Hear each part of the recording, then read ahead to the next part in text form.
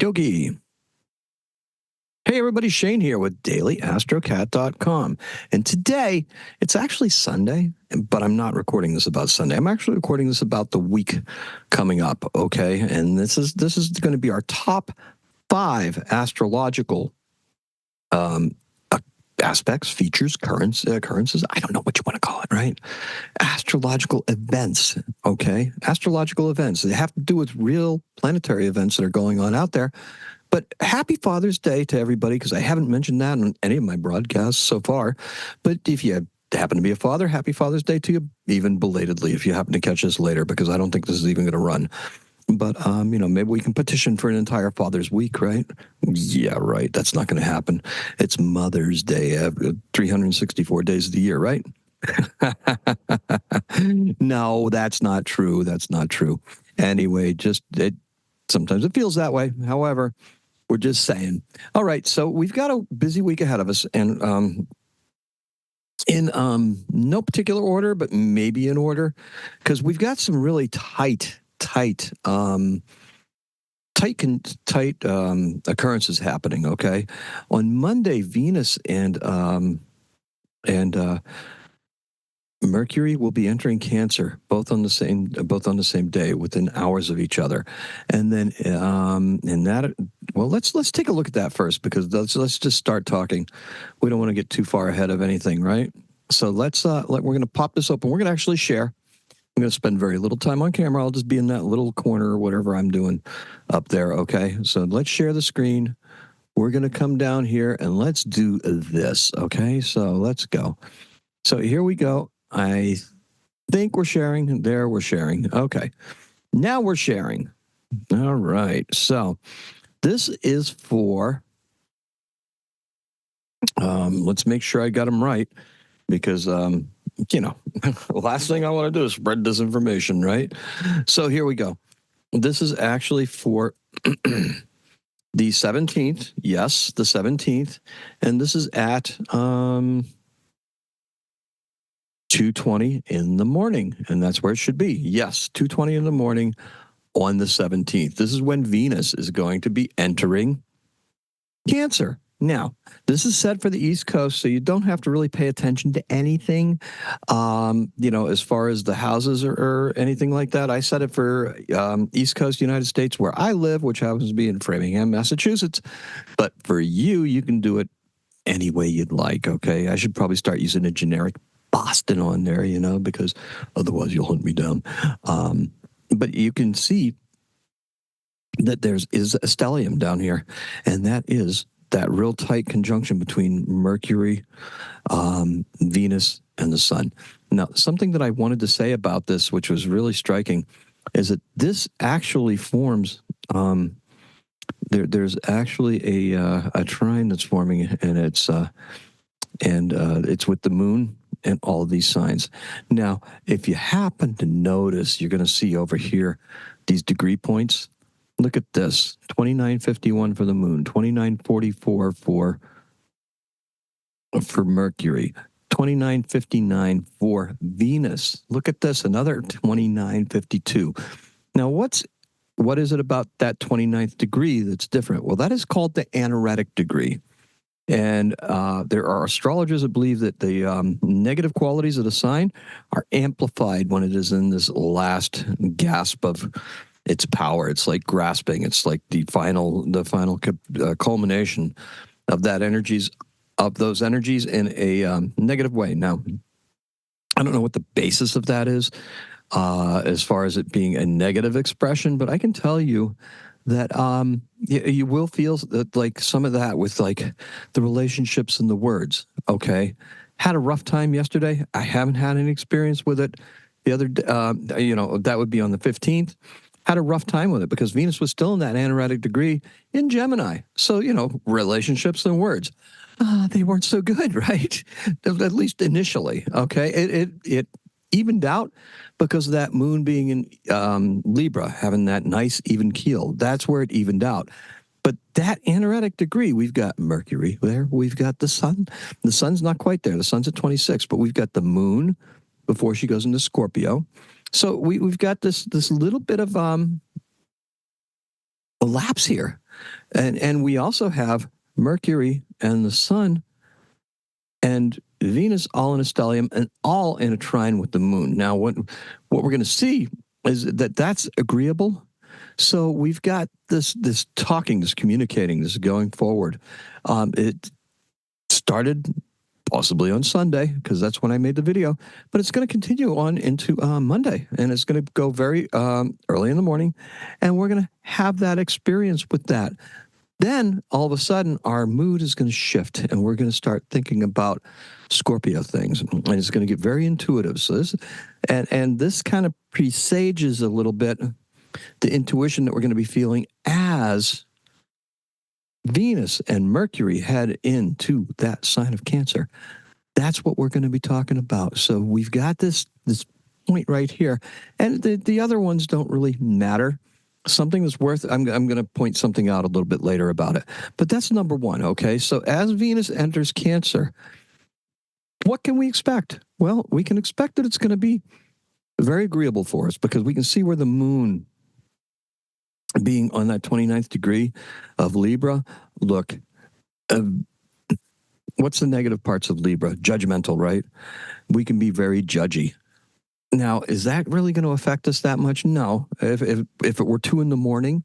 and we woke up, oh, you're on my side of the bed. Get over there. That's a judgment, right? Can you get on your own side of the bed? A coupley judgment thing going on with Cancer, with the Sun in Cancer. Now, the Sun in Cancer is the Venus in Cancer is going to make our relationships. We're going to be forming those emotional bonds, okay? You know those people that look for their mother? That's when that happens, right? That's when Venus is in Cancer. You start looking for mom, okay? Now, that's beside the point, and that's something that's just an observation. Nothing is going to happen. Now, as far as mundane astrology is concerned, as far as our world is concerned, this is a much gentler place. There was a lot of talking and disinformation and this and that and everything, right? Now we're going to know, and we're going to get into this more but what we're feeling, how we're expressing this, how we are creating is going to come from a much more intuitive place. It's going to come from our hearts, and Venus actually is going to be judging that. And what are we going to attract to us? Right? We're going to attract positive emotions. We're going to attract people wanting to care for us. That's what Venus in Cancer brings to the table. It brings that attraction to things. It brings out instincts in us to nurture and care. And some it'll be maternal instincts, okay? That's what we're looking at. Now, the second aspect we have to look at, let's go up here. Oh, God, I hate when I do that because it just croaks everything out and then I can't see what I need and the screen is right there. Oh, I got to go back here. That's why. So quickly on the, very, very soon afterwards, look, this is 1707. So basically that's 5:07 in the evening. That's when Mercury enters Cancer. And that's where we're going to be listening with our heart. We're going to be communicating from the heart. We're going to be not using those crazy words that were all over the place, but now they're going to be thought out. They're going to be careful. They're going to have, they're going to be there to bring you to our side, to make us feel safe, and to express our concerns for our own safety as well as the safety of others. It's a much more caring place. Gemini is a fast-moving, fast-thinking, fast everything pace. We're looking for a solution to everything, but nothing. Yeah, we're going to do it all, and we're going to accomplish. We're going to accomplish very little because there's so much talking about what we're doing. In Cancer, we can feel it, we know it, and now we can just be confident in that ability, and we can be defensive of our abilities. Believe me, you're going to see rhetoric around the world turn into something more concrete, more carefully thought of, yet more protective. of exactly what it is that we are trying to accomplish. And that goes for us too. We're going to be feeling that. It's more of an intuitive feeling. Mercury there is very emotional, very caring, very intuitive. Not quite as dramatic as, say, like a Mercury in Pisces. But then again, Mercury, in the water signs, it doesn't really do very well. But we're still trying to get to that point where we're just understanding more. But we're going to be able to do it more intuitively, and we're definitely going to be relying on happy feelings, good memories, everything like that. All right, so that's the Mercury entering Cancer. Now you remember Mercury and Venus, they're very much conjunct, okay, and they're conjunct with the Sun. When Mercury enters Cancer, that Sun is no longer conjunct. The Moon is no longer conjunct with the Sun, not conjunct, trine. Okay, so the trine with the Sun gave us that little bit of confidence going in, and that little bit of confidence as we entered into Scorpio. So now we're feeling it. We're feeling that confidence. We get into Scorpio, and it's like, oh, okay, I'm no longer feeling like I'm being judgy. I just feel like now I have some power, and now I'm going to be a little bit more discriminating. Now I'm going to really just put things forward that interest me and get to the bottom of what it is that I feel like I need to get to the bottom of and just move forward. And we can do that from an intuitive place with Mercury being in Cancer. Now, so as Mercury entered Cancer, that's another thing. Now, something we didn't talk about, but it's very much prevalent, is that Neptune sitting in the anaretic degree. Now, Neptune is illusion and delusion. Now, what's Neptune, illusion, and delusion in a negative setting? Well, that's an addiction to substances. That is being Venus's case, addicted to love. Mercury's case, addicted to bad ideas, to ideas that are just not the miscommunication, addicted to that. All right. The Sun, it's also square with the Sun. We feel at odds with what is happening around the world because it doesn't feel right.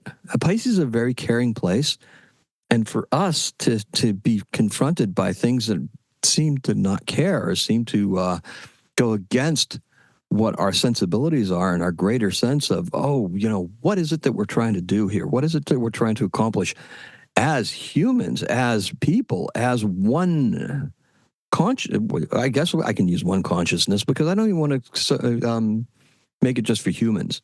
If we were nicer to the oceans, maybe the whales wouldn't be attacking super yachts, right? Maybe. Just saying. Just if we were nicer overall, if we weren't trying to exploit everything that we possibly could. With Neptune sitting in that position, remember, Neptune is actually the ruler of Pisces, and so is Jupiter. We have Jupiter in Cancer in Cancer. So we have Jupiter. How can we expand that quest for knowledge, that thirst for knowledge, but do it in a way, or that thirst for different ideas, and possibly even, if we look at where Neptune is in Pisces, well, that brings about some interesting artistic motifs into the equation because we're trying to broaden our reach and do so by having that reflect in Pisces. Then by all means, we are looking at doing some serious work and getting into where we can make ourselves, it's a good creative place to be. Now, with that anaretic degree, that could be dramatic work. Hey, whatever sells, right? Whatever it takes to get it done, whatever it takes to get your message through, whatever it takes to make the world a better place, right? That's what we're really looking at. Now, we have to consider that being in that anaretic degree, Neptune is not going to go into Aries this year. It goes into Aries next year. It just sees Aries, but there's this is like one of those inflection points where it's like, oh, it's just about at the end of the cycle, the end. What's ending? Is it a delusion that's ending? Is it the delusion of the masses as far as religion is concerned? Is that what's really ending? Are we going to get into a new phase next year where we can see things a bit differently and not be so blind in our trust and put faith in ideas that are failed and exclusionary? Because we all want to belong. And it's not like I want to belong to things that are just that I can relate to, or that, and that's not something that is healthy for us. And that's not something that we should really aspire to. What we should be aspiring to is including all people and doing things that bring it all in. And I'm very much in favor of that. And I realize that some folks don't particularly subscribe to that idea or want that idea. But what I'm really saying is that this just opens us up to it. And that's something that is coming along. Oh, look, a purple finch outside my window, two of them. Oh, how nice. I don't know if they know where the bird feeder's at. Well, there is one off to the side of me, off to the left. So that's probably the one they're looking at. However, that's being said, we're going to go to another thing. Now, see, birds are very calming. We had a nice weekend. We have an oriole nest out in the tree out back. We have catbirds that are frequenting our yard. I did mention that in the daily. I did mention the orioles in the daily. And it's going to be really fun. So now we get to the solstice itself. And this is our penultimate, one of my favorite words, aspect of the week that we're looking at. So this is basically, they're not in any particular order, but a solstice, that's a big deal, okay? That's a solstice. That's a really big deal. So what we're looking at is we're looking at summertime. Yeah, those rays come further up. They're on the Tropic of, I believe it's Capricorn.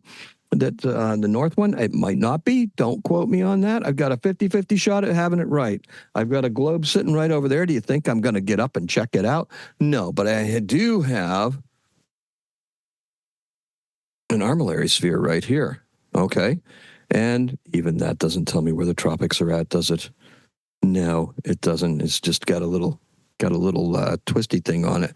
So, one is up there, one is down lower. Okay. Our 23-degree tilt on our axis, which that is not accurate because it doesn't move. It's not a very expensive armillary sphere. However, summertime. Now, summertime. The sun enters Cancer. Cancer is a cardinal sign. So now, being a cardinal sign, they initiate. They cause things, right? What do we initiate during the Cancer season? What is it that we do, particularly here in the North, particularly here in the United States? What is it that we do? Well, it just so happens that 4th of July falls during the Cancer season. So what we really make is we make memories. That's what we do. It's a nostalgic, right? Those water signs are very nostalgic. Pisces, very nostalgic. We work on our older projects. We do older things. It gives them new life. But the new life it gives them, also, we're going out to make memories. That's what we do. Christmas time, we're also making memories. Springtime, we make memories. Fall, yes. They're all good for that sort of thing, but they're initiation points. It's the beginning of a new season. It already feels like it may have been summer in places, but this is the summer season. This is what we're getting into. This year, we're looking at the sun entering Cancer, and it's going to do so with, Neptune still at that anaretic degree, and it joins Pisces, Mercury. My Mercury's in Pisces. That's where that association comes into play. And Mercury and Venus are now all in Cancer. We're in a more caring place. We're in a much more nurturing place. We're in a place where we want to feel safe, and we are going to promote things and people that make us feel safe. And that's a good thing, right? That's what we're going to be looking at. We're going to like the safe words. We're going to like the safe relationships, the safe everything. This is where we're going to be. And we're going to go out and we're going to actually take some initiative to do some things that create those memories. Okay? Those memories are very, very important. So let's look to a very good summer. This is going to be a great start to it because look at where we're at here. We've got a couple of we've got what is that? Is that Chiron? Yeah. Well, let's first of all let's focus on having a safe summer, okay, and then let's focus also on just making sure that we don't do anything too crazy. Let's keep it on the safe side. We've got Mars sitting in Taurus, so hopefully that makes it a little bit easier as far as where we're at, as far as considering, definitely Venus and Mercury being able to communicate with Mars and say, hey, we're going to take things a little slower.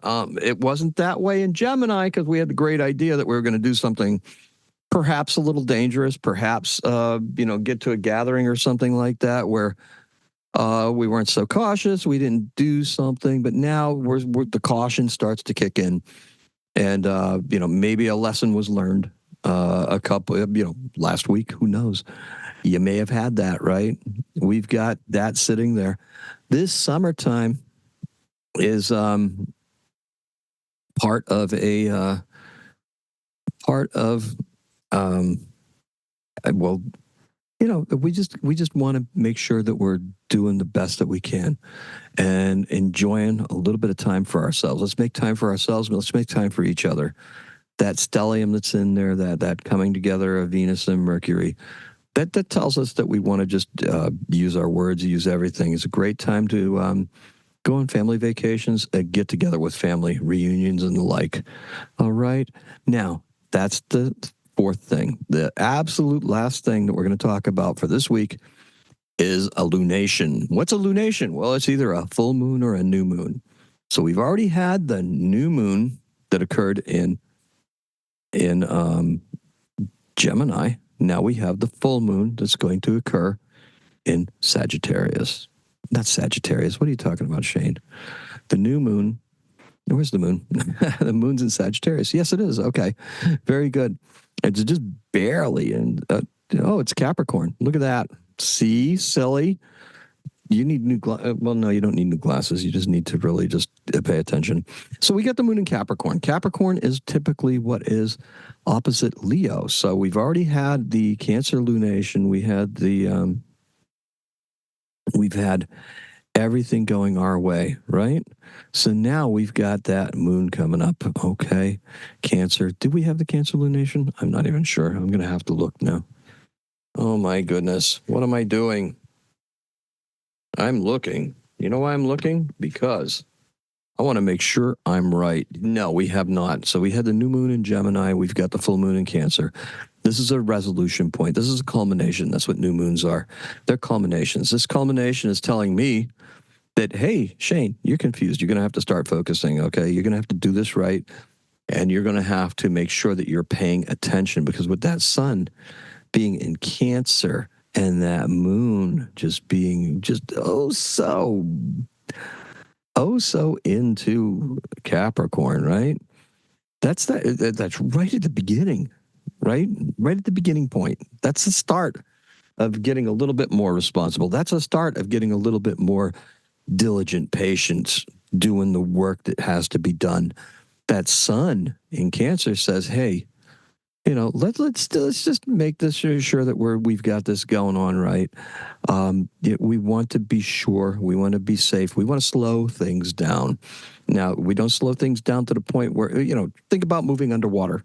Okay. Cancer's a water sign. Think about trying to run in a pool.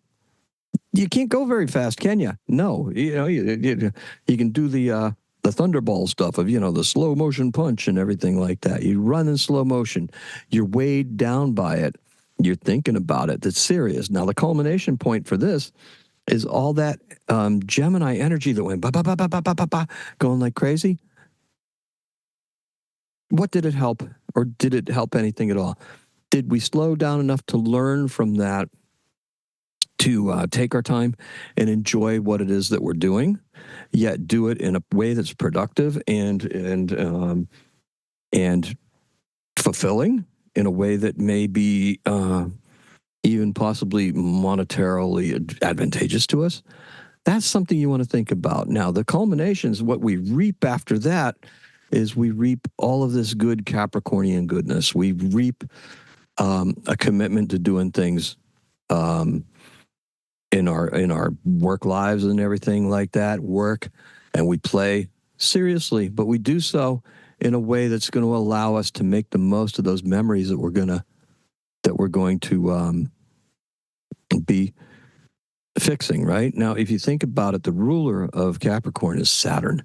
Saturn is sitting in Pisces. Pisces is another nostalgic sign, very nostalgic sign, right? So we've got that Saturn sitting there just telling us, hey, take it slow, take it easy. This is important.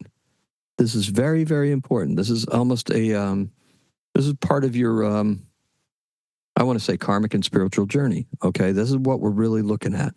This is what we are trying to accomplish. This is going to add to our body of work that started with the eclipse in Aries. This is that first square point. Think about it. That pretty soon, these two things are going to be square that node. So the challenge is that can we use that kind of defensive intuition, that memory building, that ability to just care and nurture, and combine that with our business acumen. Okay, this is we're talking cardinal, cardinal, cardinal. Now, cardinal signs, when they want to get something done, they can come together. But whose way will it be? Well, honestly, you're probably going to still be following the North Node. You're going to still be following whatever ideas you came from that particular point, because that's where you got to go with that. Now, the culmination point, that just means we're at a halfway mark. So it's like a report card. How well did you do? How are you going? Because now the second part of this is going to be, we're going to show, we're going to tell, we're going to demonstrate, we're going to examine it, and then we're going to be sharing it and just living it. And then, that equilibrium point where the South Node is in Libra, we're just going to be looking to see what it was that was returned to us. What did that contract that we made with ourselves and others actually have to do for us? Now, that's your 5 points for the week. There's 5 points. That lunation is going to be kind of fun. I don't know where it's going to be in context with the day or anything like that.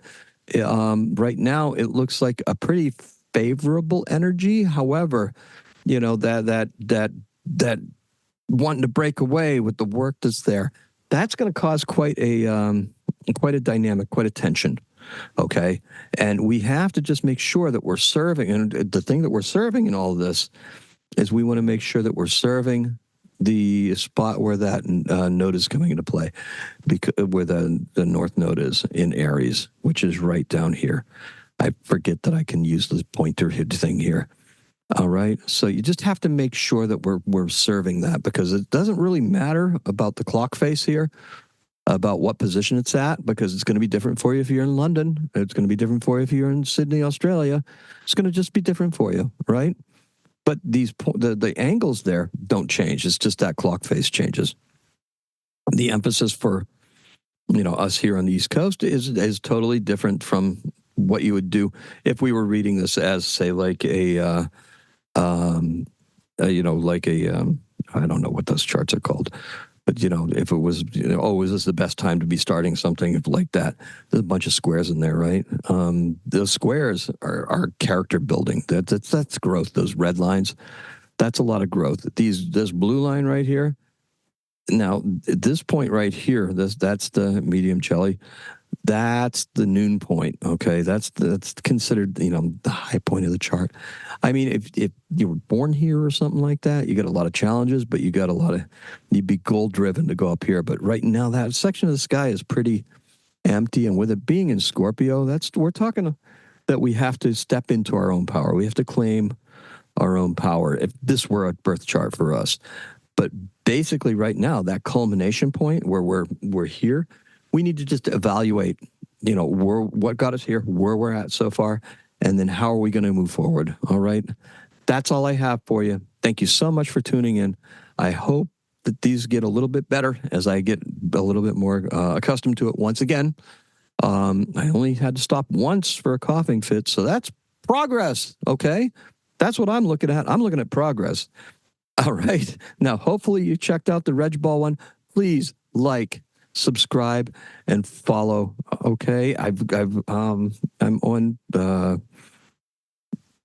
Facebook, Instagram. I think there's even Stella on Twitter.